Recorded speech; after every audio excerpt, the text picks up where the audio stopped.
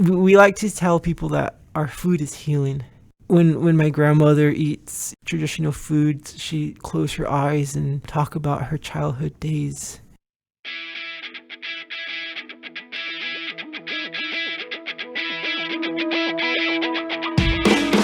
Hey everybody, welcome to the Vitalyst Spark podcast. I'm your host, John Ford, and we're back for episode 2 in our mini-series of minisodes featuring recently awarded 2018 innovation grants. Throughout this series, our purpose is to go beyond that single paragraph in the press release and really get a feel for the great work that's underway in our communities, thanks to time generously given when our new partners stopped by the Vitalyst Spark studios. Our promise to you?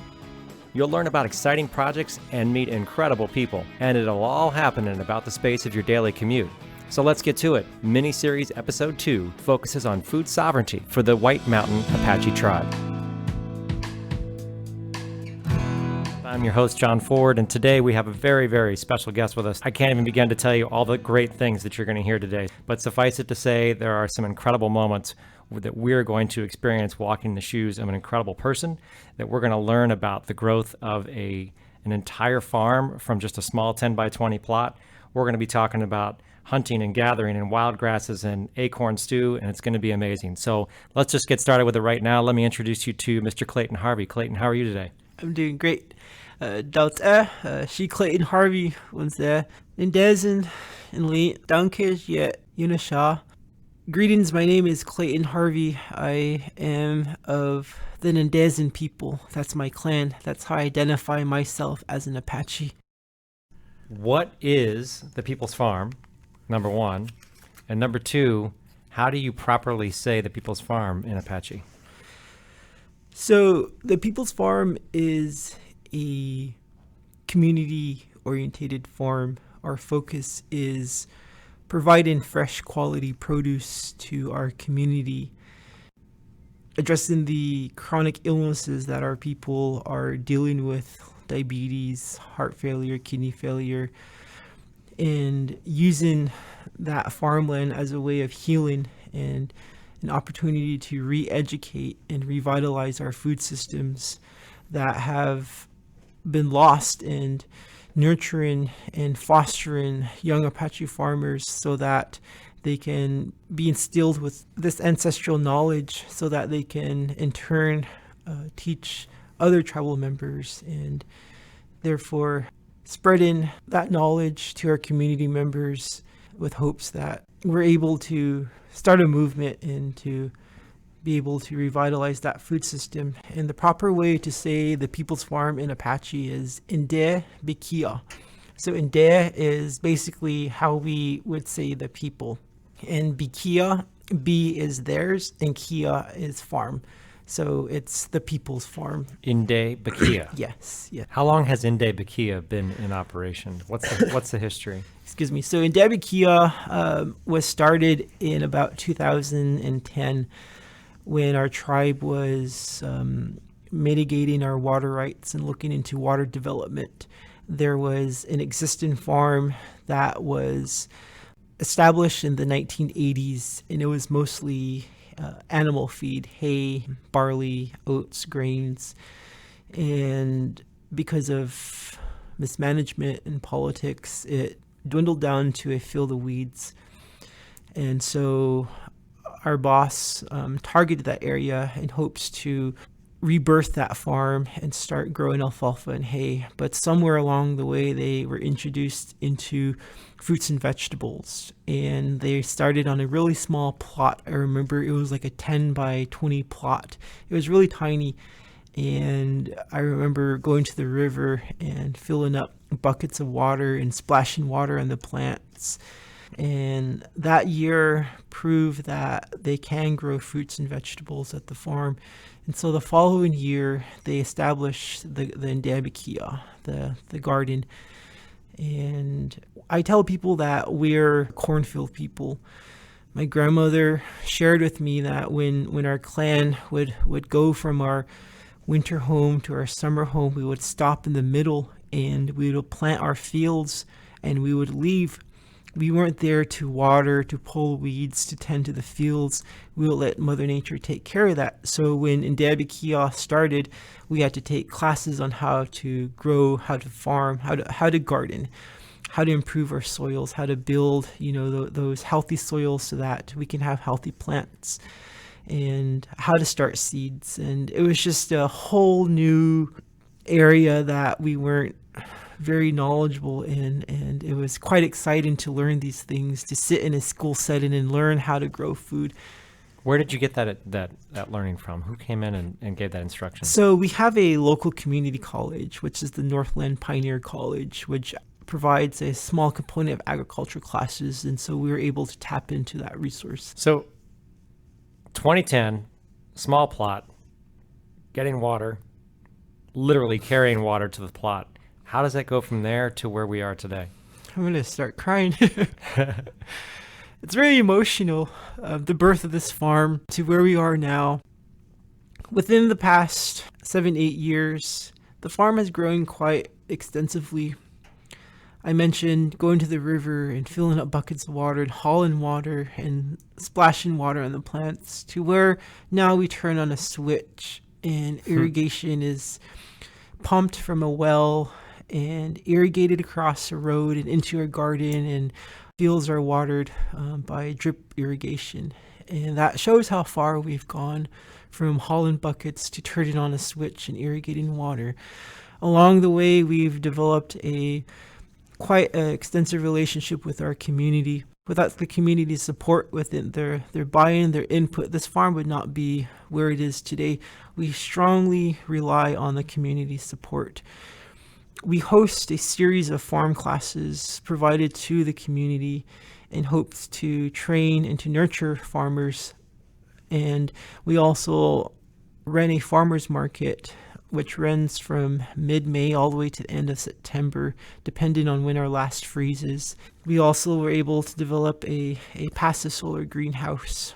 Passive solar meaning that there's no outside source power in this greenhouse. It's all solar. And so we're able to build that greenhouse on the farm and to start seedlings in that greenhouse in the spring, and then in turn selling seedlings to the community. Again, back to fostering and nurturing our farmers and providing them that resource.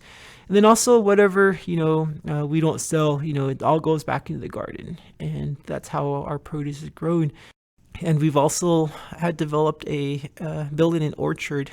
Historically, there were orchards all along our rivers, but because of the boarding school era within our reservation and our grandparents being taken from the homes, and not very many people to tend to these orchards, they died. And so as a part of revitalizing our farming, we incorporated an orchard. And we have 120 trees grown in our orchard, anywhere from peaches to apples and cherries and plums and apricots. And so we've also built 2 hoop houses, and these hoop houses are tunnel-like structures. They're able to help us to extend our season. And what I mean by extending our season is growing earlier in the year and later within the year.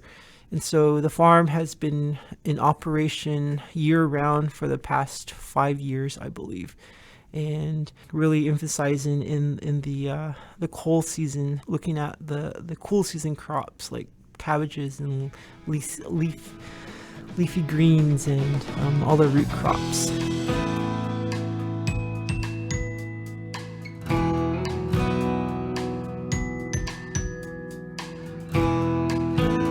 So from one 10 by 20 plot, you now have a year-round farm.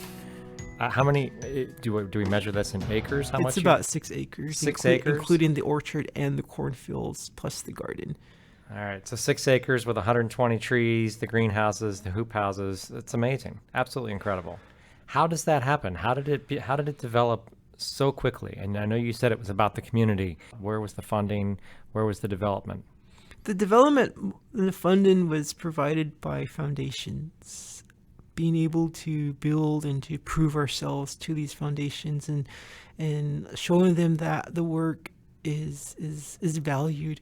Our work is not in vain. Our community honors what we're doing. And we work closely with the First Nations NARBHA Institute, and they specialize in working with tribes who are trying to revitalize their food systems. And so we were able to network with them and to build a relationship with them to where they're able to provide funding for us. And so our startup funds mostly came from the First Nations Institute. Up until now, mostly national funding, is that correct? Yeah, and we have our tribe provides the salary portion for us, and so we're able to use that and to compensate with foundations, with grants. With our tribe has a land restoration funding opportunity where anyone who has a proposal in restoring land can be awarded money, and so we sought those funds and were able to gain those funds.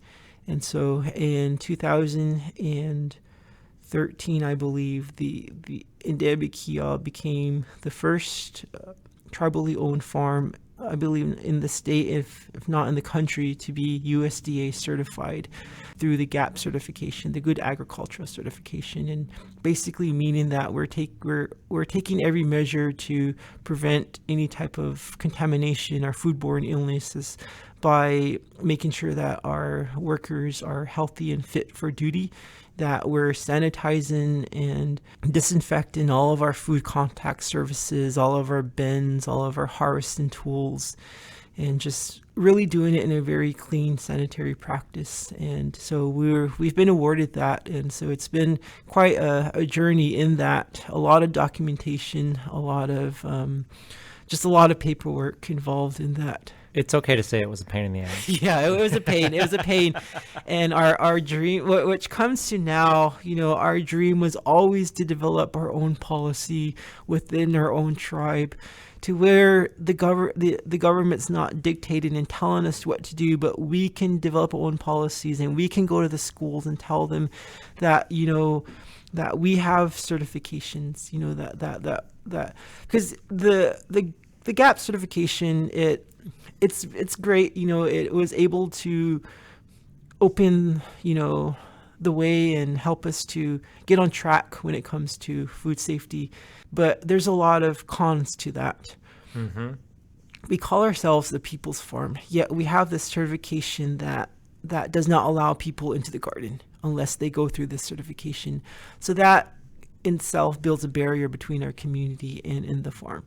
And so we've kind of, we cringe, when people come and we have to turn them away. But lately we've been able to do small, really quick food safety trainings and have schools come and do tours on the farm. And so, again, the cons, if a family wants to steam their Indian corn underground and sell it to a industrial kitchen, they're not able to, because GAP does not allow it to, because they don't understand, that our people have been doing this since time immemorial, and we have never heard of any type of foodborne illness happen within that time. And so it's like, you're going to tell my grandmother, who's been practicing this art since she was a child, that she can't. It's not safe. Yeah. And who are you to say that? So this brings us to the present, truly. Yes. And where we were lucky enough to meet you, where Vitalyst was lucky enough to come into contact with you, was over the grant, over this current grant, to try and help change that. Yes.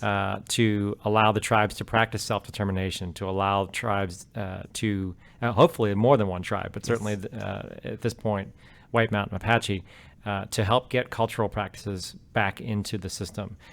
To allow for that possibility, and so talk a little bit about how you see the grant unfolding, and how quickly can we right this wrong? Well, I see the grant unfolding right now. We've announced the position within the tribe, and we've got about 6 applicants that have applied. Very strong applicants. I see a lot of potential in that, and where we see the grant unfolding is looking at the community, asking the community what they want, what they need, because this this grant is for the community. It's for the people. Like you said, practicing our self-determination, so that we're able, our own sovereignty. How can we say we're sovereign if we're not going to practice that sovereignty? And so using that sovereignty and writing these policies so that someone who wants to steam corn underground, or somebody who wants to steam meat underground, or to sell wild game that was hunted to schools, and developing step-by-step practices so that our community is not overwhelmed, but our community is knowledgeable in that they're provided these resources. Our whole deal is to market our traditional foods, and using that as a means, because I tell people that not everyone on the reservation is meant to leave and to go off and get an education. And there are some people who want to stay at home, people who want to live there, people who want to just make a living there, and they just don't know how. And this will give them that opportunity. Currently our unemployment rate is staggering. It's about 80%, and that's very high. Wow. And by developing these policies and introducing this to the community and allowing our people to make a living off of this will reverse that number enormously. And we have the land, we have the water, so why not? And how we're going to market these things is we're going to be working closely with Cafe Cujo, which is run and operated by the Rainbow Treatment Center. And the head chef, Nephi Craig, he's going to be purchasing a lot of these produce and offering it within his kitchen. We like to tell people that our food is healing. When my grandmother eats traditional foods, she closes her eyes and talk about her childhood days. And a lot of times our elders aren't able to go out and to farm and to do these things. And so by obtaining the certification, we have an elderly kitchen that serves meals to our elders that are homebound. And so this will give them the opportunity to come back and to taste ancestral foods and to build up on that. We're working on a well-established relationship with Chef Nephi Craig. And also, working with the University of Arkansas. They have the Indigenous Food Initiative going there, and they're offering trainings on FSMA, which is the Food Safety Modernization Act. And so we're going to be working closely with them when developing these policies, and also working with the FDA, so that when we do write these policies, that it's all our T's are crossed, our I's are dotted, and that everything is worded so that when a inspector comes, we could show them our certifications and say, it is FDA approved, and we do have these protocols in place and we are following them.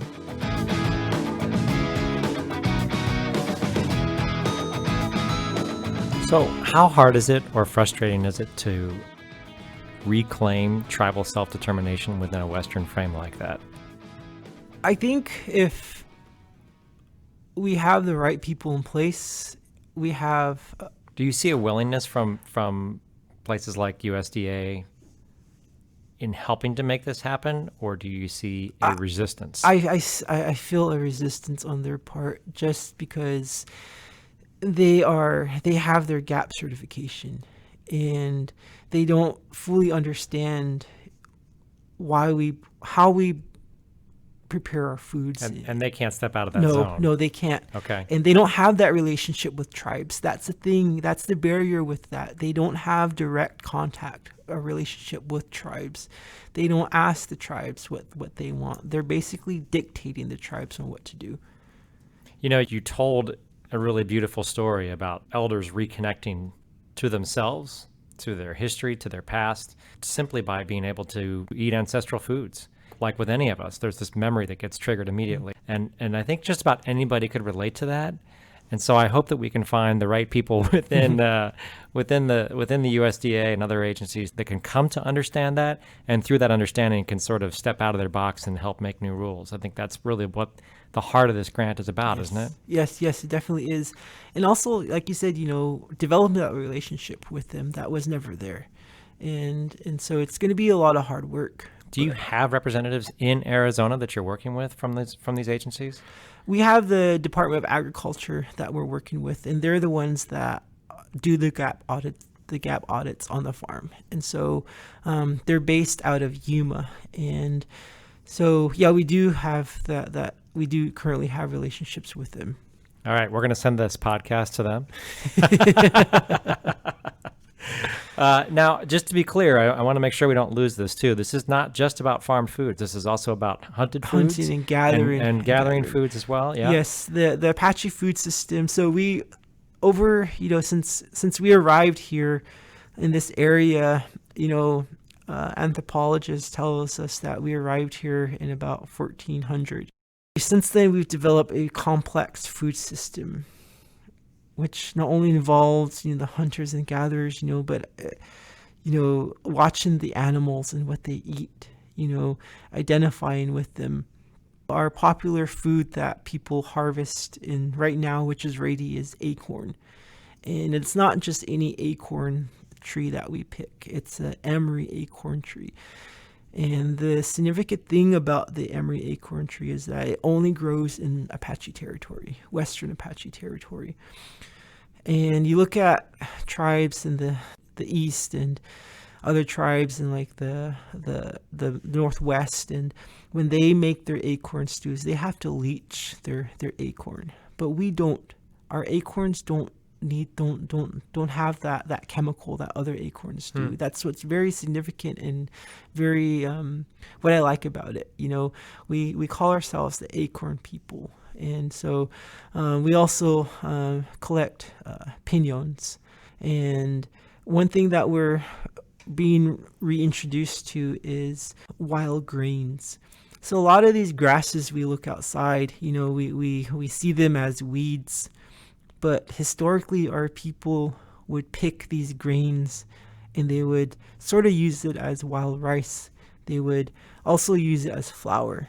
And so right now we're working with the Western Apache food diet, and what they're working on is something called the pre-res diet. And so identifying not only Nice. what we've hunted and gathered today, but historically things that have been lost. A lot of seasonal plants like grasses and nuts and juniper berries and roots and tree barks, all these, foods that we just walk by, we don't really recognize them.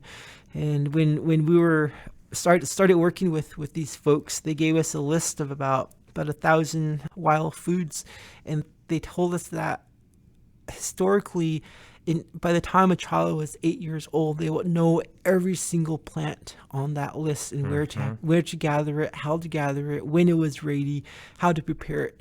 And I was looking at that list, and I was about 30 years old at the time, and I was like, I can only identify 2 or 3 of these. And here I am telling people I could survive, 200 years ago, Yet I looked at that list and I'm like, there's no way, I would be able to survive, And, not only are we working with those people, but also our hunters. We hunt mule deer and white-tailed deer. And those are sacred to the Apache people. And we don't just go out and hunt. We do it in a very relevant and respectful way. We do everything in prayer. We give thanks before we go out and hunt. We give thanks when the hunt is killed. We do a prayer for that and giving thanks to it.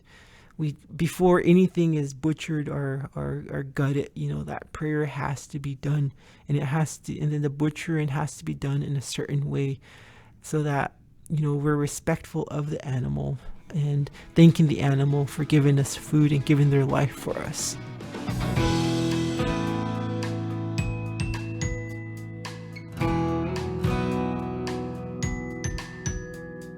Take us forward 3 to 5 years. What do you think the impact will be? How many people can be touched? And by the way, how soon can we have acorn stew? So acorn stew, I'm sure that we could work something out to where we can bring a pot of acorn stew down and share with our friends down here. Excellent. Or we'll come to the cafe if you'll let us. Yes, All of right. course. And so the first year we hope to engage about 30 families in working with this and working with them and helping them to understand this is a food safety policy, that they have to adhere by these policies and training these people. And so in about 3 or 4 years, I envision, the farm, there is farmland that has been sitting in idle for decades. And since I've started working at that farm, not very many families have been farming around the area. So I see farmland being utilized within the next 5 years. I see our water being utilized. I see us taking advantage of our resources that are available for us. By this grant and developing these policies will open doors to families to be self-sustaining, to be self-sufficient, to where they can actually say, I am a business owner. I develop a business plan. And I sell my traditional foods in industrial settings, and I make a living off of this. How awesome, So awesome. what will that be? It's going to pave the way not only for the White Mountain Apache tribe, but I believe that through the partnership with the Vitalyst Foundation in developing our policies, that we will be mentoring other tribes, that other tribes will come to us and look to us and ask us for consultations.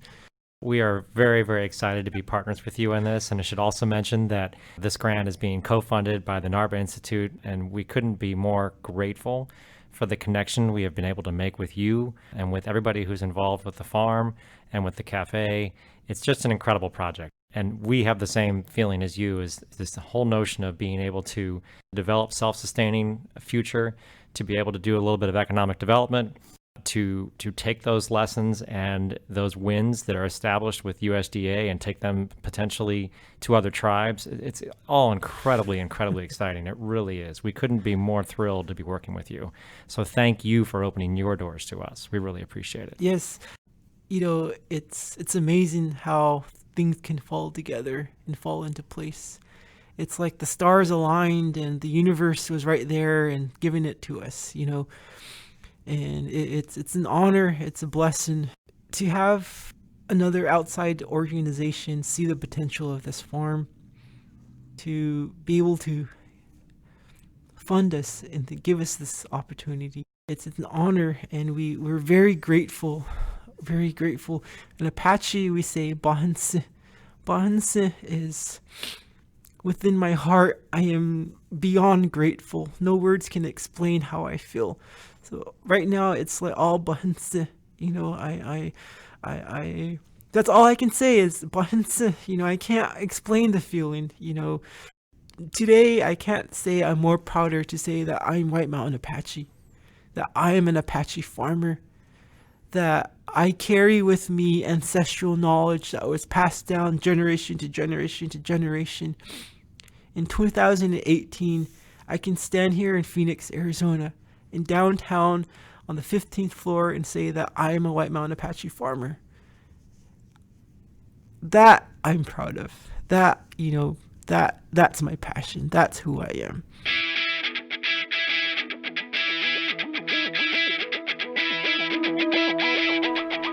Thank you so much, Clayton, for taking the time to talk with us at the Vitalyst Spark. More importantly, thank you for your foundational work, literally carrying the water to help make the People's Farm a reality, and dedicating yourself to food sovereignty goals that improve tribal health and well-being. That's it for this Minisode Miniseries Episode 2. Stay tuned. Episode 3, featuring the ACLU's Demand to Learn effort, is headed your way next. To make sure you get it, reach into your podcast app right now and subscribe to the Vitalyst Spark. As always, remember this: with great responsibility comes great power. We'll see you back on the road to well-being soon.